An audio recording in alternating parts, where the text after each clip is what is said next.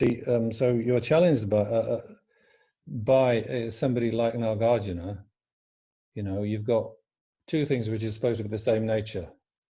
And in the first verse of, you know, that he's picked out from chapter 5 there, it's characteristic and object characterized. But, you know, you can say self and the aggregates, you know, the whole and the parts.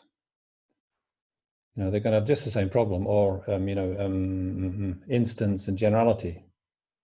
You know, they're supposed to be the same nature, like part and functioning thing, or, you know, banana and fruit, the instance and generality. So all these parts and wholes, instance and generality, they will also have the same problem. And it's part of, you know, the task of Nagarjuna to go through all these things one by one and point out how all of them, you know, none of them will work if you have a sort of inherent existence on mind. So, you know, that's why there are several chapters in this work, you know, because he has to go through all these different examples and sort of beat them, sort of, you know, sort of criticize them one by one. So how the outsider, how the lower, you know, the lesser, or the Abhidharma Buddhist schools, you know, the traditional Buddhists, let's say, let's not say they're lesser or lower, but the traditional Buddhist schools, you know, have a record of existing before the middle way school comes into prominence. So how might they respond to Nagarjuna? Well, you know, one way of saying is, well, you know, it's just taking the self, for instance, you know, well, it's just the aggregates that have a reality. It's just the aggregates that have the substance. They're the ones that really exist. And then the self that you have kind of on top of the aggregates is just a, you know, convenient sort of fiction. It's a convenient kind of, you know, way of gathering together the aggregates, you know, and talking about a person out of convenience, like a convenient fiction, you might almost say. But it's the aggregates are real, you know. So you don't have this problem of two inherently existent things trying to mesh together the parts and the whole. You know, how does the self and the aggregates fit together? You just say, oh well, it's the only thing that's real or really there are the aggregates, and the self is just kind of just some sort of designation on top of them. You see, so you don't have to really credit the self with strong existence. If you ask what the person actually is or really is, I say, oh, it's just the aggregates. Now, to take that on board, you know, this is kind of, let's say, Abhidharma school type view of the self. So that's Nagarjuna wouldn't have any of that. He wouldn't agree with that at all. But just let's get a taste of what they're saying, how they're thinking. You know, they've got to have some answer to Nagarjuna type of points. No, they're not totally like dumb guys. They're not totally like useless. So if you can turn to that document I sent you called Vasubandhu's Theory of Persons. So we just have a quick look at that. Not go into it deeply, but just pass on. Can you find that amongst the documents that I sent you? Or Jason sent you earlier today, or is in the chat, whoever he's put it? Are we attached them now? Pardon? I'll drop them in the chat now, but everyone should have had them through email. I'll pop them in the chat box. It's called Vasub Theory of Persons, JPG.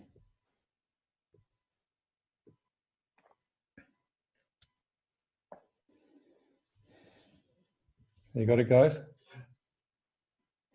So where's this from? Abhidharma Kosha. Yeah, Abhidharma Kosha Bhashya. This is the commentary which accompanies the root verses of the treasury. Everybody got it?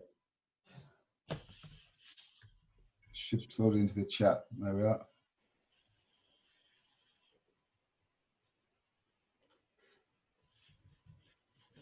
Got it, Tom? Going ahead then. So, Vasubandhu's Theory of Persons. So this is the 9th chapter, you know, just like in the Shantidevya 9th chapter that people are studying here, the basic program right now. This is got to be more on the wisdom selflessness side, but is nowhere near the Madhyamika view. So Vasubandhu's Theory of Persons. But he's not arguing against the Madhyamikas here because he doesn't really know about the Madhyamikas. There's very little reference to them in the treasury. He's arguing against the non-Buddhists. His view comes clear as a contrast to the non-Buddhists. So it's interesting to just glance at that. Sometimes Nagarjuna will argue against the non-Buddhists too, not just at the moment though. Vasubandhu's theory of persons versus non-Buddhist doctrines of self and the impossibility of liberation in other doctrines. Question: if those who desire liberation were to apply themselves heedfully to the teachings of the Muni, then is it the case that there is no liberation outside of this doctrine, outside of the Buddha Dharma, by relying on other doctrines? Answer. This is Vasubandhu's answer. There is no liberation outside of this doctrine because other doctrines are corrupted by a false view of self. The self, as other doctrines conceive it, is not as we conceive it. You see, so how do we conceive it? It's only a provisional designation for a stream of aggregates. So that's a reality, stream of aggregates, and then you just sort of conveniently sort of grab them together with a term like self. But you don't pretend that the self's got any reality. The reality is with the aggregates, so you're selfless. Yeah. There's no, so what kind of selflessness is he talking about? Well, what the outsiders consider to be a self, you see. So we just say, or Vasubandhu just says, a provisional designation for a stream of aggregates. Contrasted with the outsiders then, so they say it is a self as a substance which is independent or separate from the aggregates by the power of the adhesion to the self, that self-grasping. The defilements arise, the revolving of the threefold existence, or the circling of the three realms goes on. Liberation is impossible. So they've got this self which is a separate substance to the aggregates, which is just a sort of thing that Nagarjuna is accusing these other Buddhist schools of. He says, you've got an inherently existent self, inherently existent aggregates, like an inherently existent whole, inherently existent part, inherently existent object characterized, inherently existent characteristics.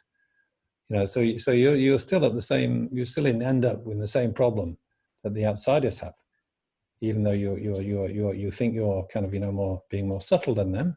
Maybe you are a bit.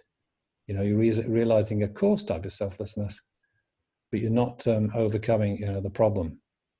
Anyway, you can see what they're trying to do. You see, so the substances are the self. The aggregates are real. The aggregates are, existing by their own power, existing by way of their own entity. So the self is. They just try to pretend the self is just, just this sort of verbal designation or something, just kind of in a much more of an imputed thing. But how successful is that? Yeah. So I'm not going to go into it anymore and go into detail, but you can see, that's kind of a tack that they're taking. And Nagarjuna is telling them, for one thing, you've got to realize the selflessness is a phenomena. The Abhidharma type schools, they're obviously they're into selflessness. They accept the Four Seals. They accept selflessness. They want to say, yes, we understand dependent arising. And the person is selfless, but they don't go so much into the selflessness of persons. The selflessness is a phenomena. Selflessness of persons, yes, but not selflessness of phenomena, or hardly at all. So this is what Nagarjuna is telling them. If you still have, inherently existent sort of grasping at the aggregates, if you still have grasping at the aggregates, then how are you going to, get out of psychic existence? You've got to get rid of your grasping at a self of phenomena, as well as a grasping at a self. Grasping at a self. And when you do that, you'll get down to a much subtler level of selflessness, and that's what will cut you through to, your liberation. Yeah. So that's one thing to remember. Then that's sort of the one kind of, sort of way of looking at things that these schools that Nagarjuna is kind of investigating. One way of looking at things that they have. Yeah. So it's your aggregates that are real, like, you know, they're down to earth. You know, they're like sort of the Yorkshire aggregates, down to earth people. Yeah. But down in London, you have all these people who just like impute themselves to be something fancy. You know, the posh people down south. So they think they're real people. They're really somebody, you know. But we in Yorkshire, we know it's just we're down to earth aggregates. That's all we are, you see.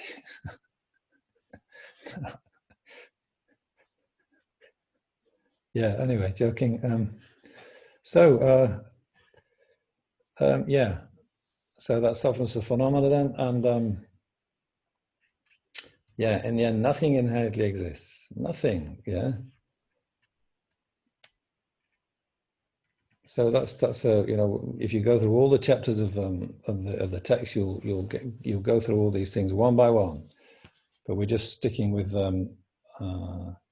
conditioned phenomena and their characteristics of arising, lasting, and destruction for the time being.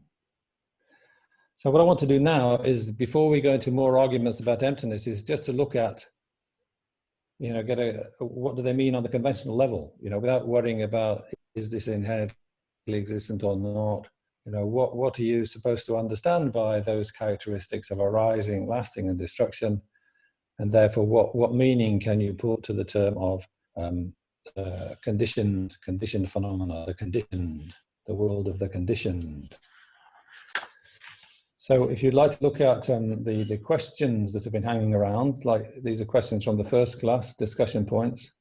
So now I want to look at we've more or less dealt with number 3. So I want to look at number 2, 1 or 2. So these are the 2 different definitions of conditioned phenomena that I've come up with from 2 different Buddhist monasteries there.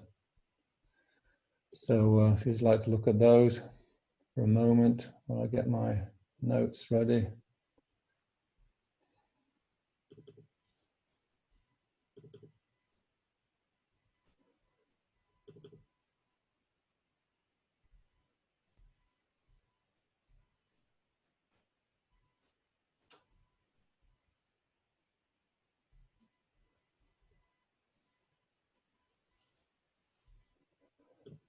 Okay, so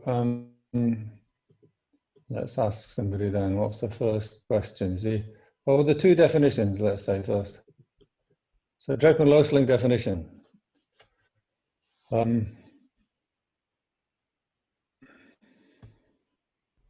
I got it written down? Where did I put it?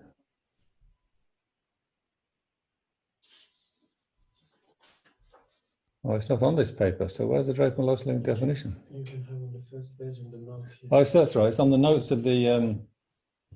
It's on the notes of this. Yeah, that's where it is. So in the first paragraph, near the end of the first paragraph, the Draken Losling Monastic College, their debating textbook for beginners, it says, that of which the 3 arising, lasting, and destruction, or perhaps disintegration, are suitable.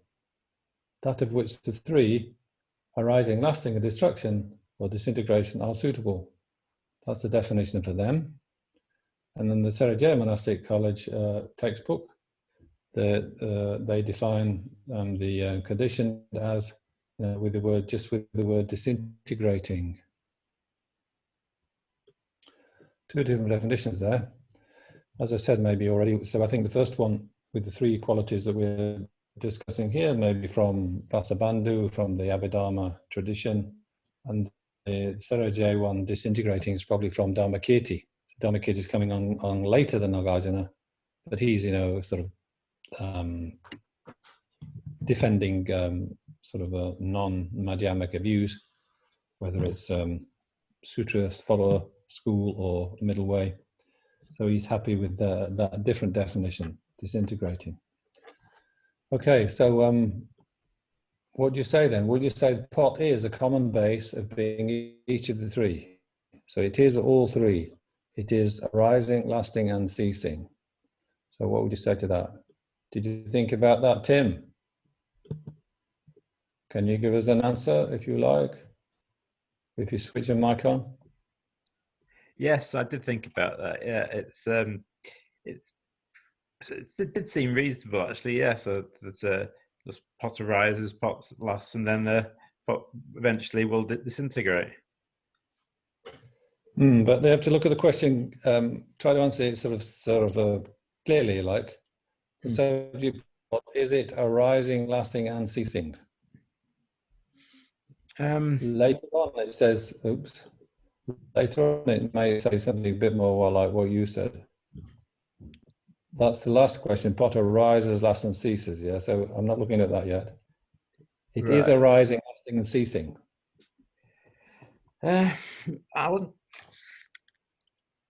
I'm not sure that it's continually, once it's arisen, does it, then it lasts and then it ceases. It seems, for me, it seems more sequential rather than them happening all three at the same time. Yeah, so that's good. That's what we have to analyze. Yeah. Are they all sequential? Yeah, for me it seems sequential. I know the Savastivadin view, I think, had them at the same time, but yeah, that seems a bit counterintuitive. There are various ways. It'd be nice if they were all at the same time. What do you think, Joris? At the same time. You don't? No. So are they all at different times, or do they overlap, or sometimes one or sometimes another, or sometimes two at once? I think it's like a river, it moves from one to the other. So they all three occur at separate times? Yeah, following each other. Okay. Yeah. What about you, Fiona? Did you think about that?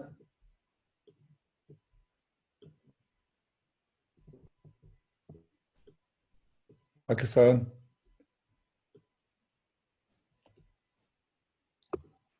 Hello. Yeah. I can't get past it being sequential as well. So there's three different stages there. Okay. So could it still be a common base though? You know, it says common base of being each of the three, arising, lasting, and ceasing. So even if they don't all occur at the same time, could it still be a common base of the three? What do you think, Chris? Jimpa. Yes, exactly.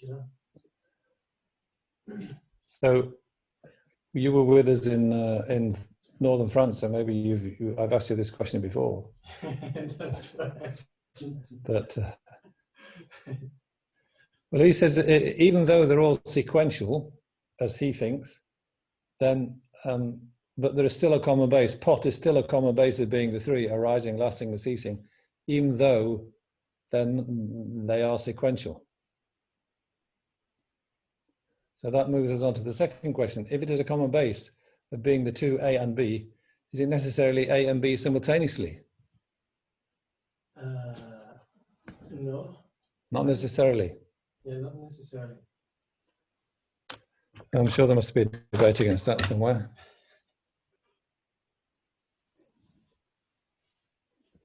Have you got a debate against that, Tenzin Palmer? Switch the mic on. Sorry, what's the question? If it is a common locus of the two, being the two A and B, is it necessarily A and B simultaneously? Yes, I would say yes. Yes.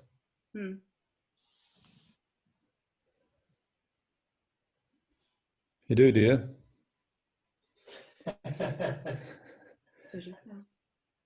They have to be both simultaneously then? Yes. Well, could you produce an argument against them being, like Chris here, Jimpa, should I say, call him Jimpa? Yes, you met him in France. Yes, so he's saying that pot is a common locus of arising, lasting, and ceasing, even though it isn't all those three simultaneously.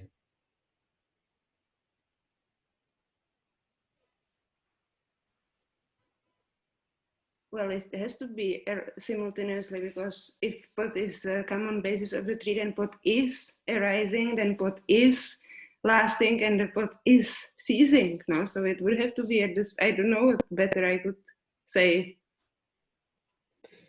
Yeah. So It means like, if you're talking about now, that it have to be all happening now, wouldn't it? If it is ceasing, it is lasting. It's not like it did arise, then it lasted, and then it ceases.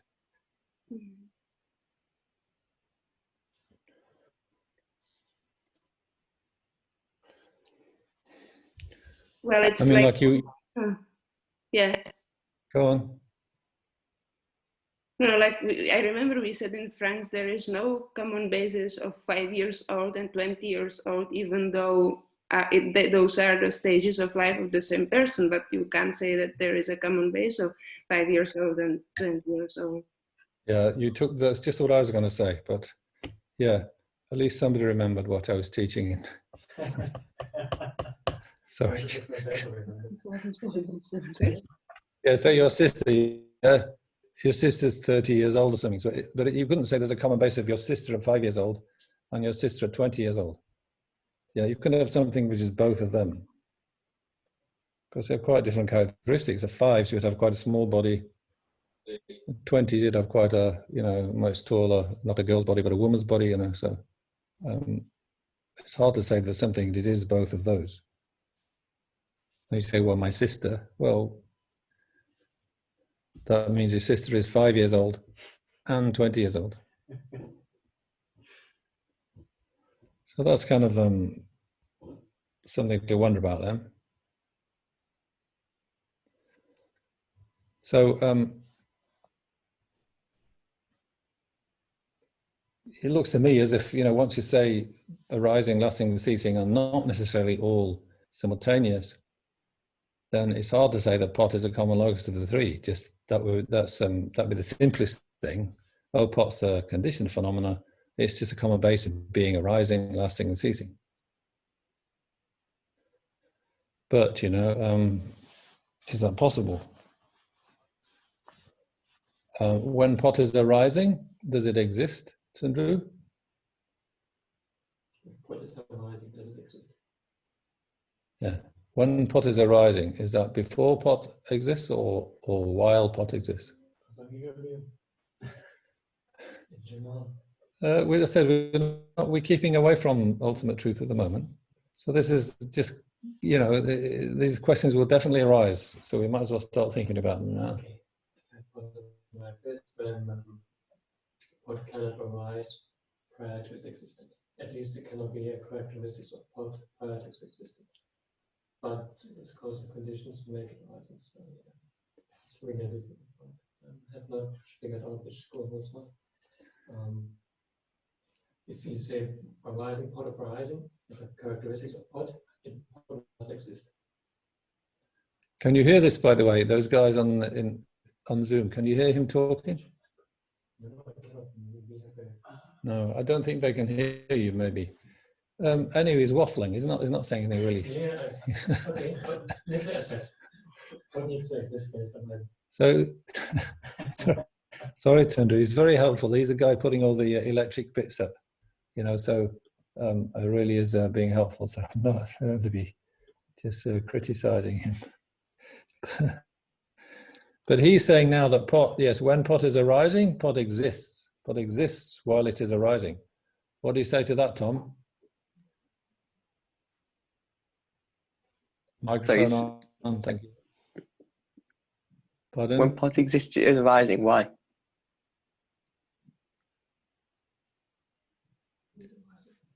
Yes, while pot is arising, it follows it doesn't exist. Except. So the arising of pot occurs at the time of pot's cause. Except. So when pot exists, it's not arising. Except. Yeah, but think of pot. What about when pot's existing? There's a second moment of pot, the third moment of pot. So while the second moment of pot is in existence, the third moment of the pot is even at that very time arising. Except. Right. So that it follows at the time of the second moment of pot, pot is arising because the third moment of pot is arising. That's deprivation. Positive pervasion. Just because at the time of the second moment of pot, the third moment of pot is arising, does not mean pot is arising. So if the third moment of pot is arising, it's not necessarily the case that pot is arising. Except. But the third moment of pot is a pot, isn't it? Except. Yeah, so the pot is arising continuously all through its life. You know, this pot we have, which lasts, you know, for 5 years on the you know, the altar of Jamyang Buddhist Center, wherever you are. You see, it's arising continuously all the way through its 5 years, isn't it? Why?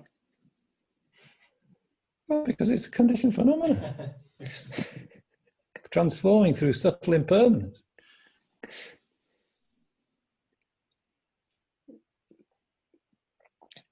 Yeah, still reason not established. So yeah, no probation. Okay, so then pot, once it's arisen, it's permanent then. Why? Well, because you said that once it's arisen and come into existence, then it stops arising.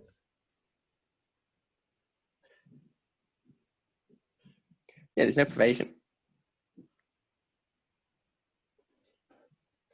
Well, how can it be impermanent if it's no longer arising? Pot's no longer arising, but the individual moments of pot are arising. So pot's no longer arising, so pot's not impermanent at the time after it has arisen. Why? Pot is, yeah, pot, well, that's not a good answer, is it? Like, so does it pot, if all this, it is arising after it has come into existence because it's impermanent.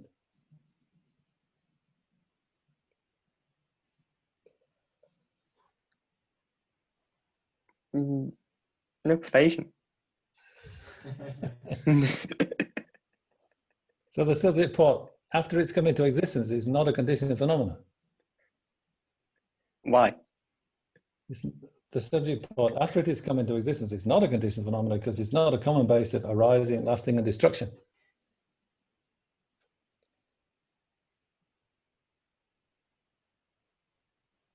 So, yeah, the reason not established. So the subject pot, after it has arisen, after it's come into existence, at that time, pot, it is a common base of arising, lasting, and destruction. Now you've got to think. At that time. Why? You just accepted it. Finished. So subject pot, after it has arisen, is not a common base of arising, lasting, and destruction. After it's... No, why? It is. You're not changing your mind again, are you? So the subject pot, after it has arisen, once it's in existence, it follows it is a common base of arising, lasting, and destruction. Except. I'm finished. So pot, it follows it is arising. Except. Even after it's come into existence, it is arising. Except.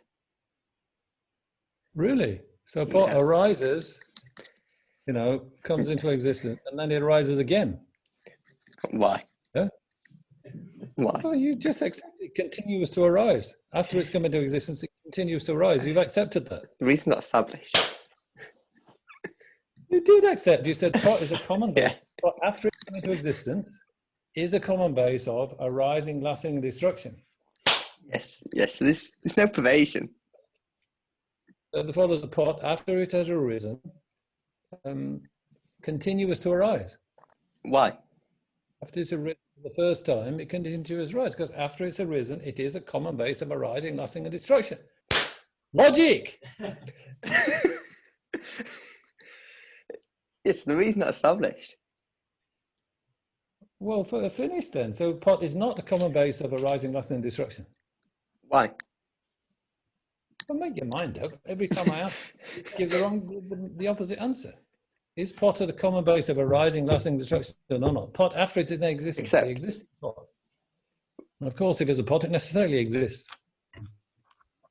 So the subject pot, is it a common base of arising, lasting, and destruction? Except. The pot, it follows it is arising. Except. So the pot, after it has arisen, arises again. Why?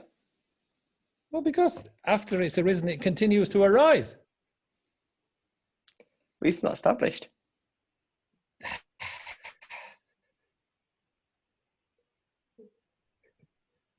You're just changing your mind from left brain to right brain. Your right brain is going to be a different answer to your left brain, and you're just switching. So we're just wasting breath if you are just changing your answer with every minute, every answer. But if you accept that pot is arising once it has arisen, which Tom doesn't want to do because he's very sensible, then what are the consequences? Well, that sounds like somebody, you know, they're born from the mother once, but then they have to be born again. You know, if once you've arisen, you continue to arise, then once you're born from the mother, you'll be born again and again.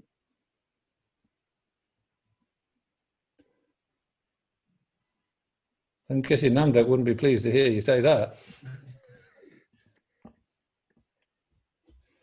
Yeah, so pot arises at the time of its causes. So once pot exists, it's no longer arising. Yeah. And I think it's probably better to say, you know, well, what you discuss it with yourselves. If it is a common base of the three arising, lasting, destruction, arising, lasting, and ceasing, it seems like they have to be simultaneous. Difficult to have a common base of two things that aren't simultaneous. Otherwise, you'd have a common base of this lady, you know, the young girl, your sister or something at age 5, and your sister at the age 20, you know. Just by living at different times, you know, they have different stages of their, of how old they are and everything. So how would there be a common base of your sister at the age of 5 and your sister at the age of 20? Very different. So that's where my thinking is going. So maybe the Draper-Losling definition is giving you a bit of, it doesn't just say that which is a common base of the three arising, lasting, and destruction. It says that of which the three arising, lasting, and destruction are suitable. So it doesn't say they all have to be at the same time. Right, Tom? Except. You don't have to answer.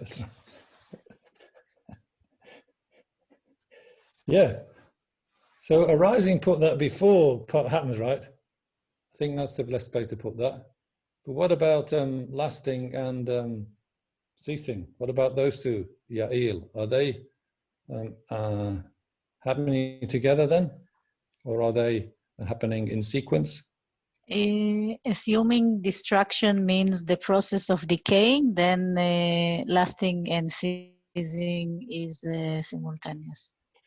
Yeah, and let's think about destruction in terms of, or ceasing, you know, it's the decline towards the final end. Are you ceasing, Yael? Yes. So follows you're not lasting. Why? Because you're ceasing. No perversion. Lasting means you're keeping on and on and on and going. You're like this, you know, like this, and this. And ceasing is like you're going down, like that.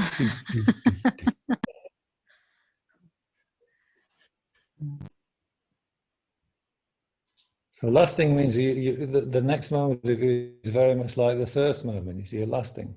The next moment is very much like the previous moment.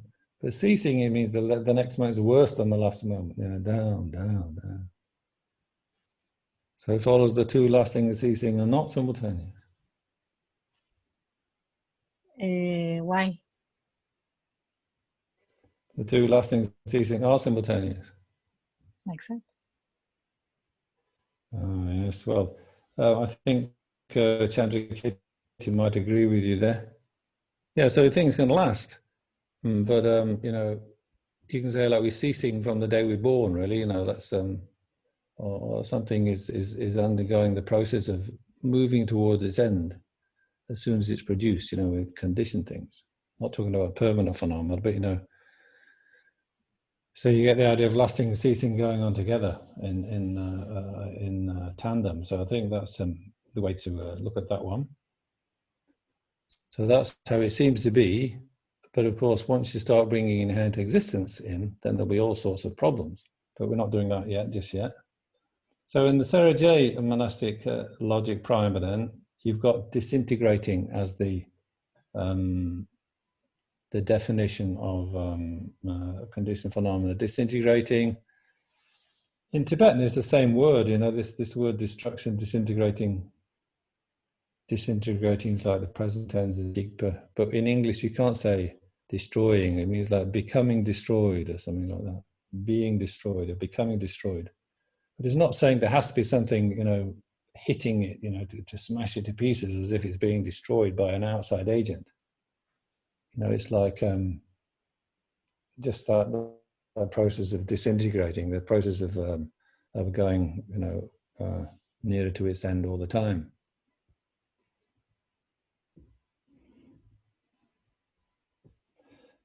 So that's maybe all we have to say there.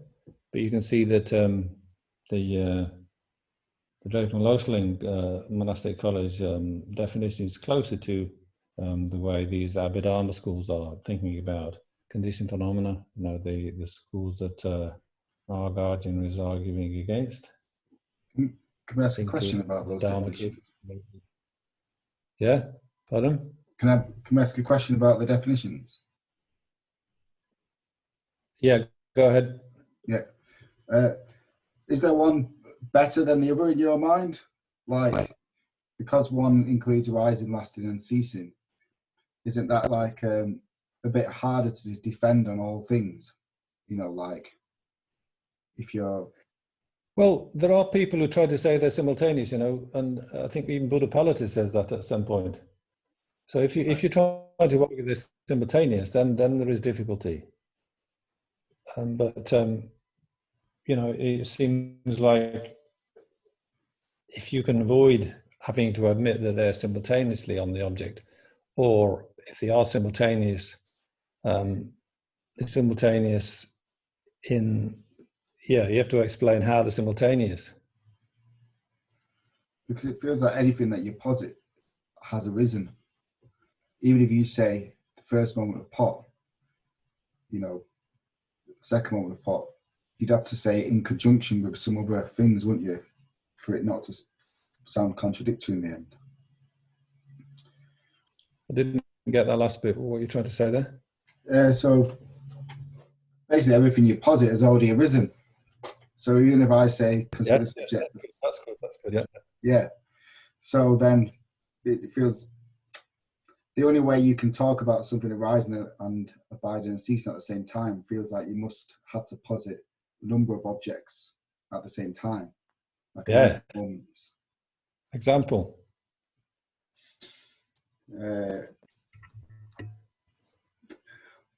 I'll consider the subject, the first moment of pot, giving rise to the second moment of pot. Yeah, you could do it that way, yeah. Like the first moment of pot is, well, that's one's, what are we talking about? Arising and? Arising, lasting, and ceasing. Common locus. So which is which in your example? And the first moment of the pot is, I would say, ceasing or something on the... Yeah. So the second moment of pot is arising. The first moment of pot is ceasing. What about lasting? They're both lasting whilst they're ceasing. So the second moment of pot is lasting. Second moment of pot is lasting, except the subject second moment of pot, it follows is not lasting because it doesn't exist at the time you specified. Yeah, at the time of the first moment of pot, the subject second moment of pot, it is not lasting because it doesn't exist. Yeah, well, this is the problem, isn't it? That's why I'm asking the question. Yeah, so the first moment of pot is lasting, the ceasing, and the second moment of pot at that time, you know, is arising. That. So probably like, yeah, so, and then yeah, there's lots. You think of some more examples of that, and I'm thinking of one like, you know, the tadpole is ceasing and the frog is arising. You know, the tadpole ceasing and the frog's arising. So they're the same time. They're simultaneous, but you have to posit two different subjects. See what I mean? Or, you know, more crucial example, like, you know, we see all that forest on fire in the Amazon, right? So we look and say, oh, you know, the forest is ceasing, you know, the forest is being destroyed. But there's some guys on the ground who started that fire, and they're thinking, oh, you know, farmland is arising, you know, farms are arising, farmland is arising. You know, they're really seeing it in a completely different way. They're focusing on what's arising. Oh, our farmland's arising. But we're seeing the forest being destroyed, see? So it's the same event. So they're two things simultaneous. So I'm telling you all the answers without having to debate. Okay, well, never mind. That's just a conventional way of looking at things. And then this question of disintegrating, what does that mean? Well, it's this question. So then I would say no, then that pot is a common locus of being, each of the three arising, lasting, and ceasing. I would say no to that one. And if it is a common locus of the two A and B, is it necessarily both A and B simultaneously? I would say yes to that one. But, you know, and welcome to be anybody to disagree with me. But we haven't asked about the last one then. So that was like Tim was saying that earlier on. Oh, well, then is it okay to say pot arises, lasts, and ceases? Does that sound okay? Yes, Anila? Yes, You agree with that? Yes, I do. Yeah. Except, because then you're not specifying time. I don't know how it works in other languages, but in English it seems like that seems reasonable. You're not having to say when or where, or, you know, simultaneously is not required. Thank you. So what about this disintegrating then? So that's supposed to mean the same as momentary, Sarajaya definition. But what is the difference between gross and manifest impermanence? Gross or manifest impermanence and subtle impermanence? How to realize the subtle impermanence of a conditioned thing such as a pot. So what's the difference between gross impermanence and subtle impermanence, Tim? Gross impermanence, have you any idea? See, and you're aware of it, but subtle impermanence is something that we can't see happening, but we can perhaps see it as the result of it over time. So you can deduce it. Yeah, and if I if I look at a chair now, I know if I come back in 100 years' time, it would be different. But I can't see that aging process with my eyes, but I can deduce it's happening. Yeah, so that's definitely one thing we need all this reasoning for, is to you know, to try and realize subtle impermanence. You can't realize it with our eyes. It's not a manifest phenomenon. So how are we going to do that?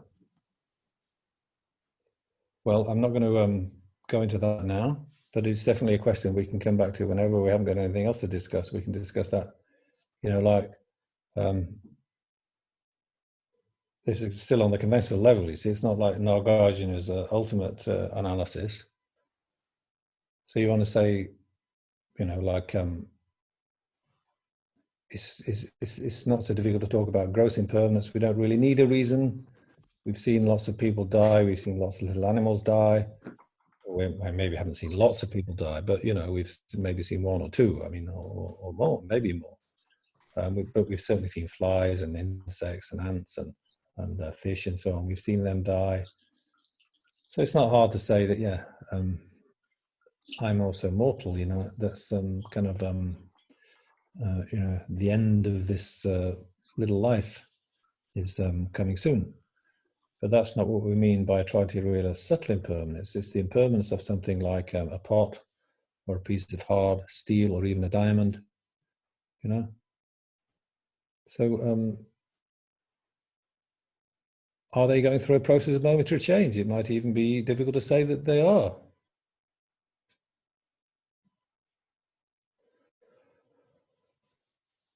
But disintegrating is the same as momentary.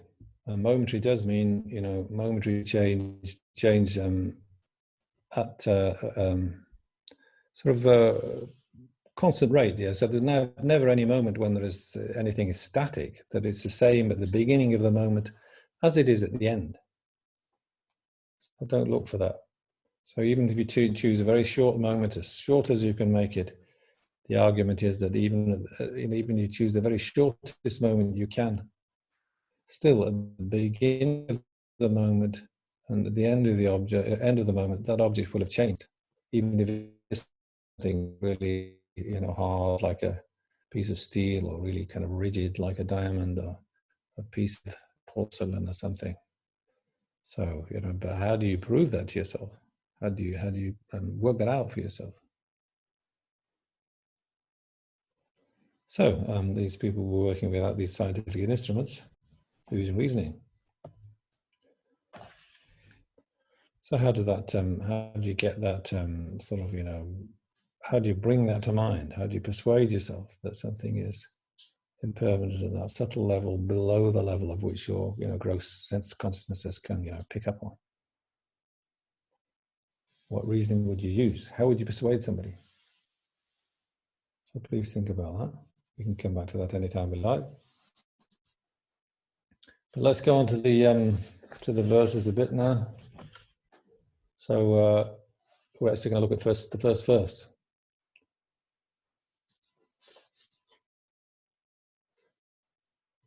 So that was a quick look at those questions from the first question page. So now we want to page 2 of the main document.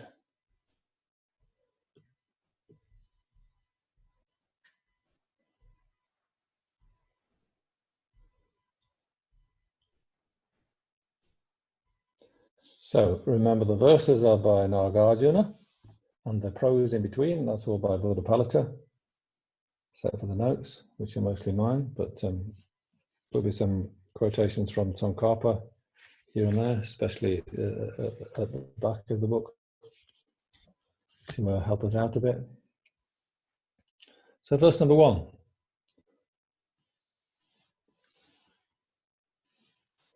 Arising, if conditioned, has 3 characteristics joined with it. Arising, if it's unconditioned, how characterize conditioned things? Have you all got the text?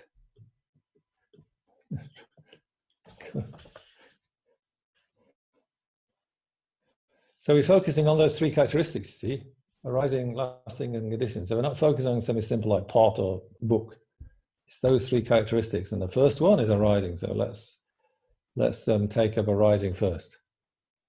So arising, if it is, if it is also a conditioned phenomena, which presumably it is, just like pot and book and a person should be a conditioned phenomena, shouldn't it? Arising, if conditioned, it should be a functioning thing. It should be impermanent. All those things that are, equivalent to conditioned.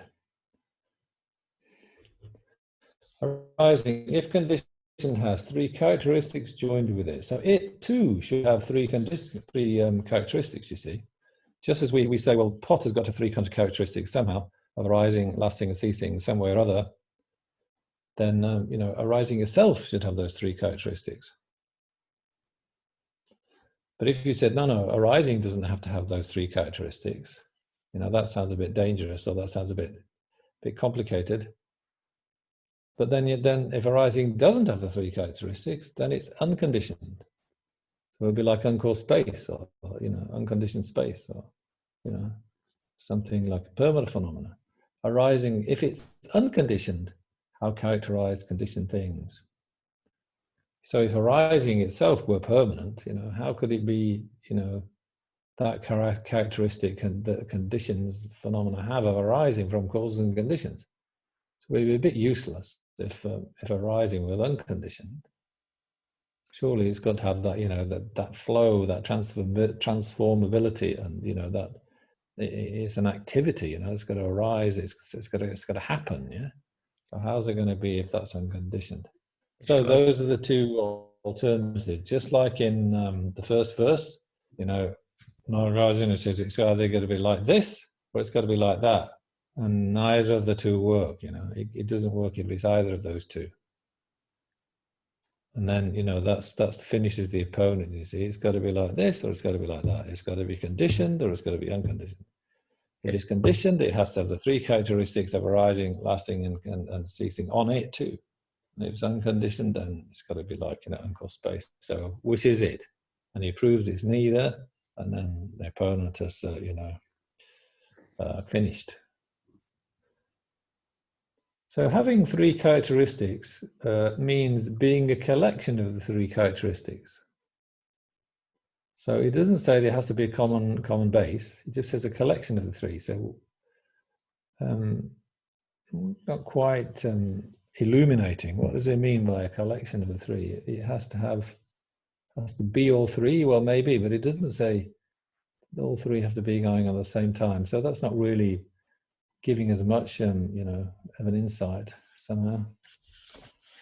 Okay. But then at least he's trying to explain what Nagarjuna is saying. So then he says, how characterized conditioned things needs to be conjoined with the former alternative also. So, you know, we've had this problem before of, you know, you've got the object characterized and the things that characterize it, its characteristics. So the object characterized now is not hot, is not fire, or there's other things we talked about. The object characterized now is conditioned thing, or, you know, conditioned phenomena. So whichever way you look at it, you know, if you say arising has three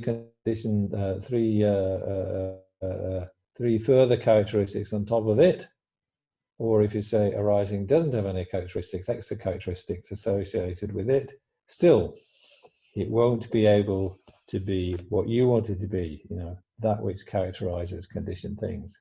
So whichever way you want it, you know, so that how characterized conditioned things applies to the first possibility and the second possibility. That's what he's saying. So if it's applied to the first possibility, arising if it's conditioned, then how is it going to characterize conditioned things? Arising if it's unconditioned, how is it going to characterize conditioned things? So Nagarjuna is quite confident that each of those two alternatives are both kind of, you know, futile. So Buddhapalita explains a little bit, you know, but some of his explanations are a bit complicated to understand, but let's see how we get on.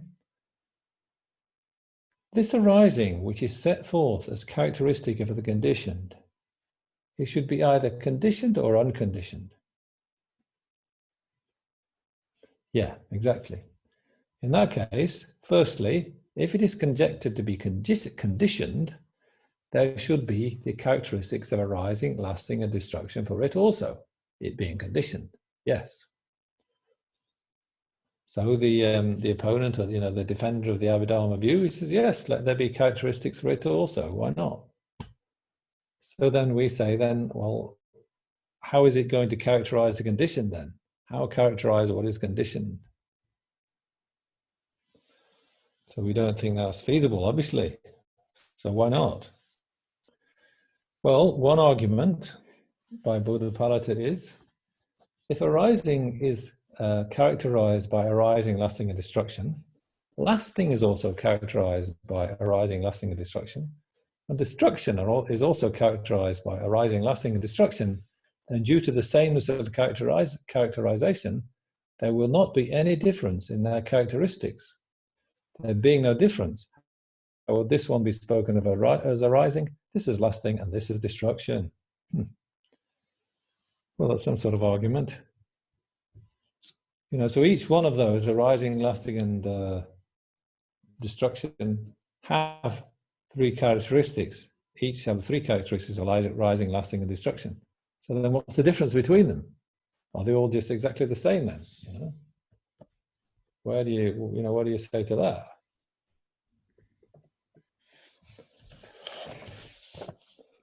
Geshe-la, would you get in the infinite regress if you go that logic? So you've got the arising of arising and the lasting of lasting, but what's to have you stop having the arising of arising of arising ad infinitum? That's going to come up. Yeah, definitely it's going to come up, okay. But not just, it hasn't quite come up yet. Okay.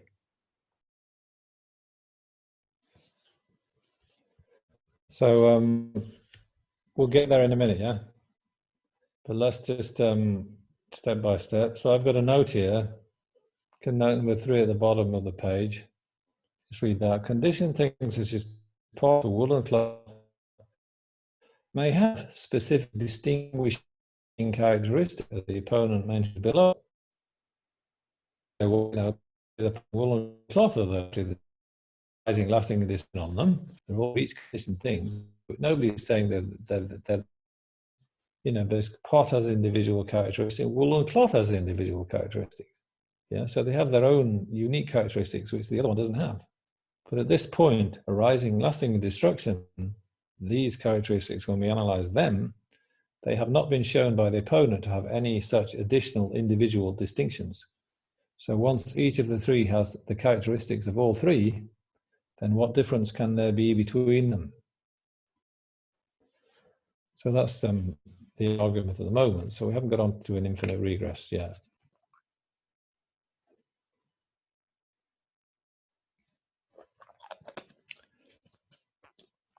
So Buddhapalita is just getting warmed up.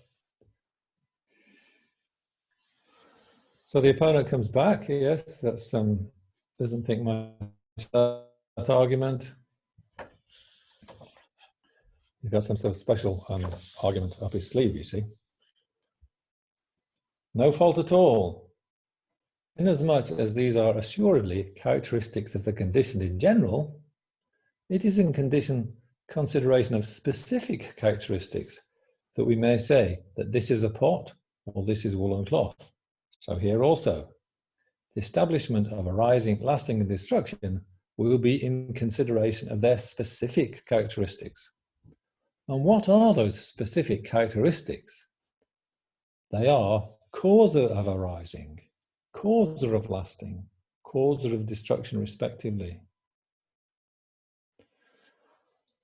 So here, the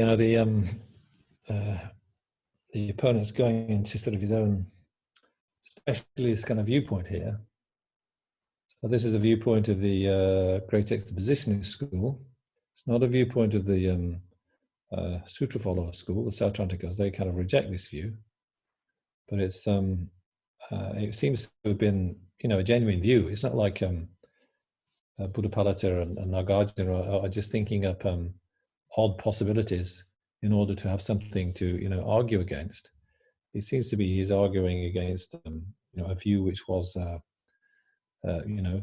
definitely held by the Great Expositionists. You can find this view in the Treasury and its auto commentary, and maybe even today. I'm not saying that this view has been vanished into oblivion.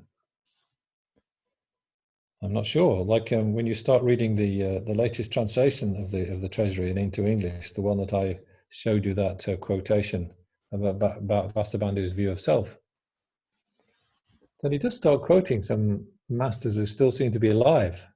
There's a sort of master who's a professor at Hong Kong University, a professor of Buddhism or something, and he seems to be defending this, these lower school views very enthusiastically, as if he wouldn't dream of being a middle wayer, that he doesn't think the middle wayers kind of, got the right answer at all. So maybe this view of, oh yes, well, when we say arising, what's the specific characteristic of arising that lasting and destruction don't have, is that arising is the cause of arising. So it's that that factor of arising causes pot to arise. Yeah? The factor of arising on pot causes pot to arise. And there's a factor of lasting on pot which causes pot to last. And there's a factor of destruction on pot which causes pot to be destroyed. Yeah, so that's how they're thinking.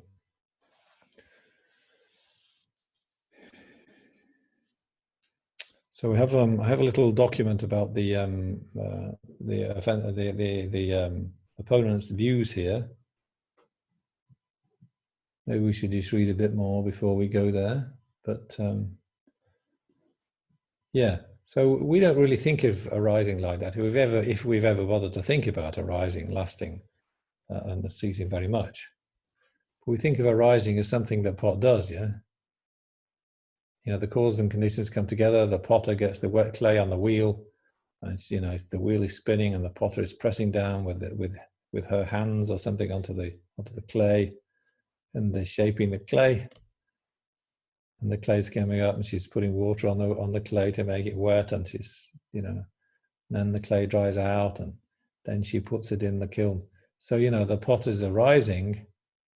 So the rising is just something that the pot is doing. You know, she's producing the pot, she's making it arise, and then the pot is just arising, right? So that's kind of how you think of it. So it's not the arising is one of the causes. The arising is like the process or something. The arising is what happens when the causes get together and start, you know, sort of stimulating each other.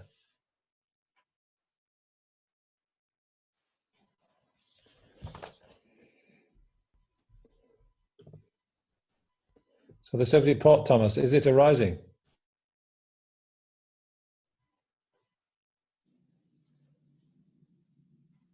Except at the time of pot or The subject pot, if all it is arising.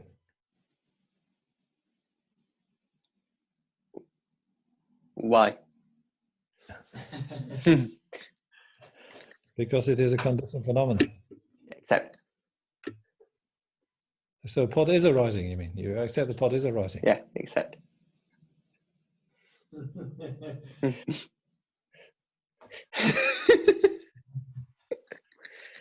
No. No.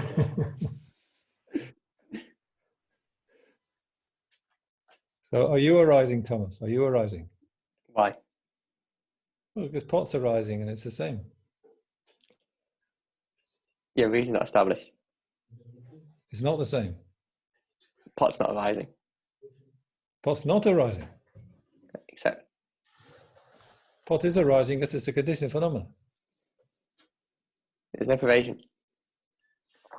Well, there was a pervasion half a minute ago.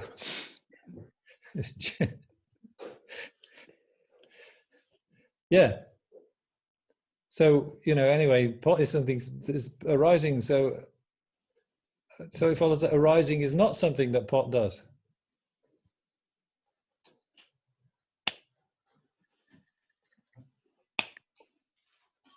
Why? Because of the time of its arising, there is no pot.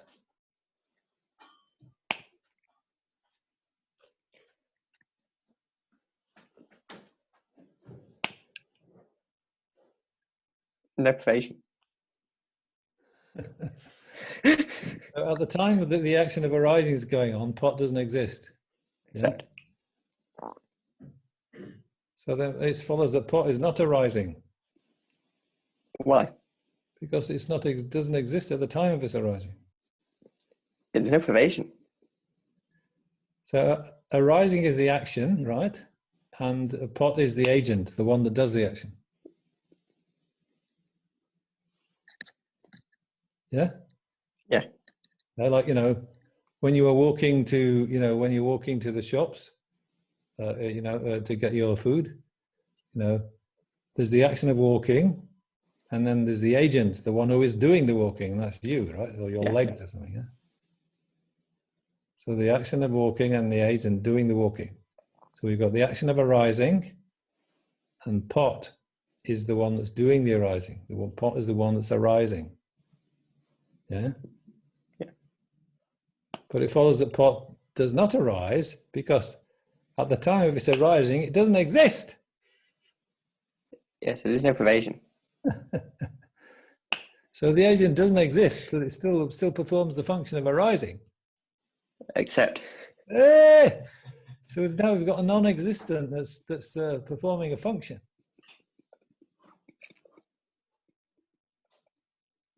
What would Geshe Namdak say to that?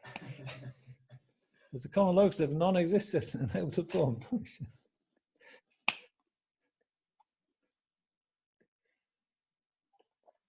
Tricky question. Don't worry about that one. It's tricky. Even Anila would have difficulty with that one. Right, Anila? Joking.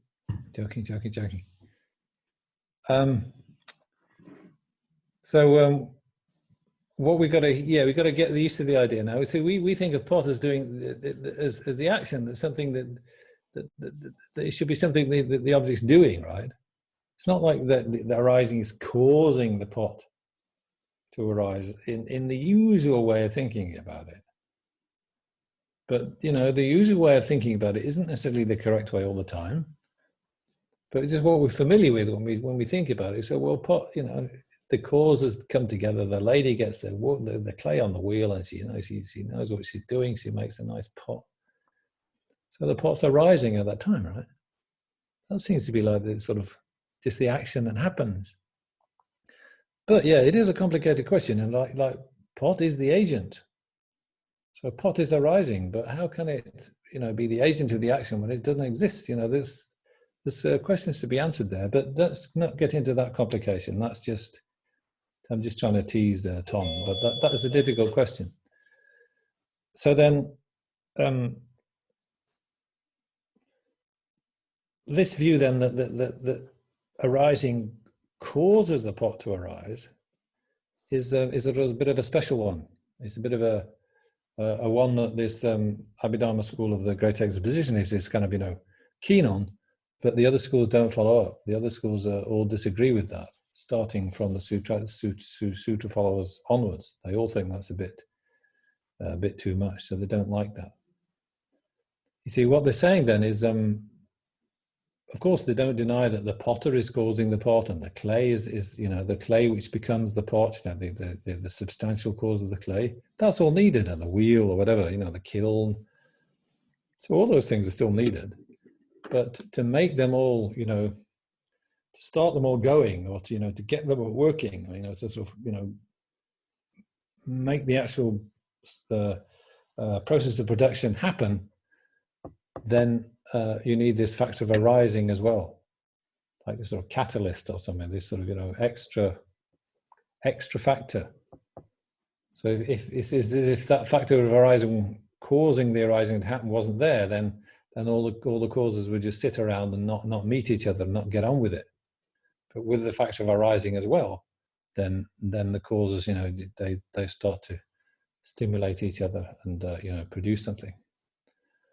So that's the arising, and then the lasting is the same. The lasting that's established on pot is that which enables it to last. So when that lasting kind of wears out or gets weaker or something, then the destruction comes up, and or the ceasing comes up, and then that brings about the pot to come to its end.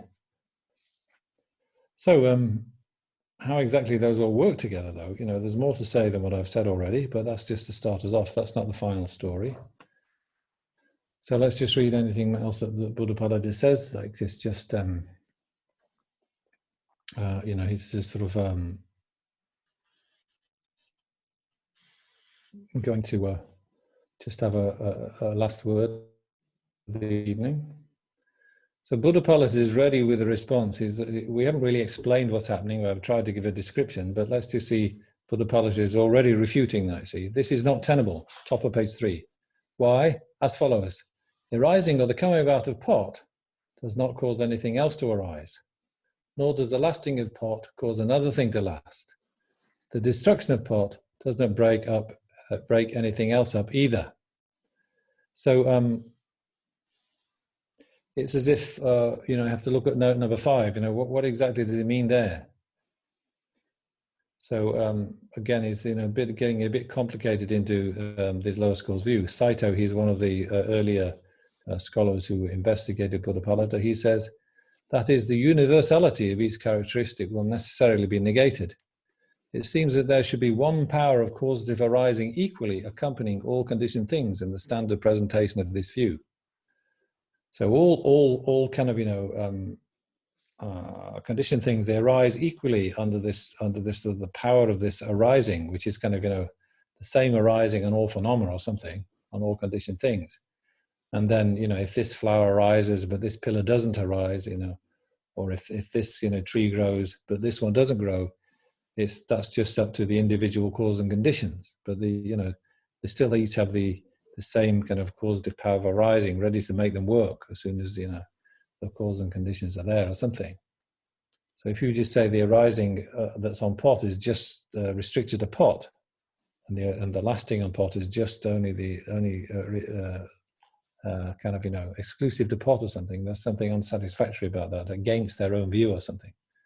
So I'm not quite sure about that. That's a bit complicated. Anyway, we'll stop there because it's getting late now. And what I'll ask you to do in the meantime then is read this other document which we haven't got around to tonight. So it's called The Opponent Schools on the Conditioned. So some of these views that I've been talking about, cause of arising, cause of lasting and so forth, you'll find them kind of at least, explained a little bit in that text. So a little bit of background, not much, but a little bit on the opponent schools, okay, and their views are conditioned. So some of it may not make much sense, but you'll get used to a few of the names, and this is sort of stuff that's coming up later on in the text. So please take a good look at that. So I think we'll just leave it there for this week. There's some more questions to come, but we'll save the question paper till next week now because it's time to stop. Okay then, have you any quick questions or anything?